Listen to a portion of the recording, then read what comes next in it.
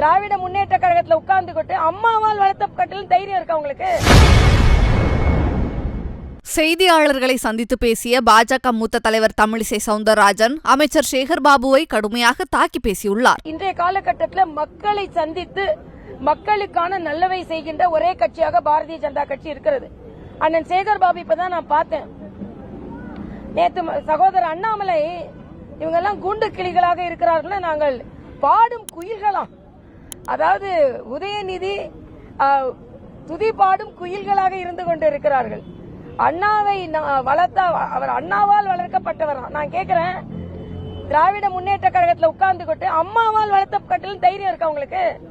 அண்ணா எப்பவோ இருந்தாரு, நீங்க அம்மாவால் வளர்க்கப்பட்டவர்கள், அம்மாவால் வளர்க்கப்பட்டவர்களாம், அண்ணாவால் வளர்க்கப்பட்டவர்கள். அது மட்டும் இல்ல, கூவும் குயில்களாம்.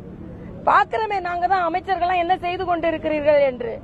எல்லாவற்றிற்கும் மேலாக அவர் சொல்கிறார், மற்றவர்களை குறை சொல்லிக் கொண்டிருக்கிறார்கள், இவர்கள் எவ்வளவு குற்றவாளிகளை கூடோடு இவர்கள் பணியாற்றி கொண்டிருந்தார்கள் என்று நமக்கு நன்றாக தெரியும். அதனால இன்றைய சூழ்நிலையில அமைச்சர்கள்லாம் ஆளாளுக்கு ஒன்று பேசுகிறார்கள். அமைச்சர் அன்பரசன் ஒன்றை பேசுகிறார், துரைமுருகன் ஒன்றை பேசுகிறார், அண்ணன் பாரதி ஒன்றை பேசுகிறார். எதுவுமே மக்களுக்கான திட்டங்கள் கிடையாது. அதனால் இன்றைய காலகட்டத்தில் அது மாதிரி சேகர் பாபு அவர்கள் சொல்றார்கள், திமுகவை நம்பி வந்தவர்கள் யாரும் ஏமாற்றப்படவில்லையா?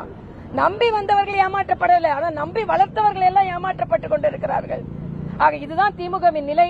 இன்றைய காலகட்டத்தில் மக்களை பற்றி கொஞ்சம் கூட சிந்திக்காத ஒரு முதலமைச்சர், மக்களை பற்றி கொஞ்சம் கூட சிந்திக்காத ஒரு திராவிட முன்னேற்ற கழக அரசு நடந்து கொண்டிருக்கிறது.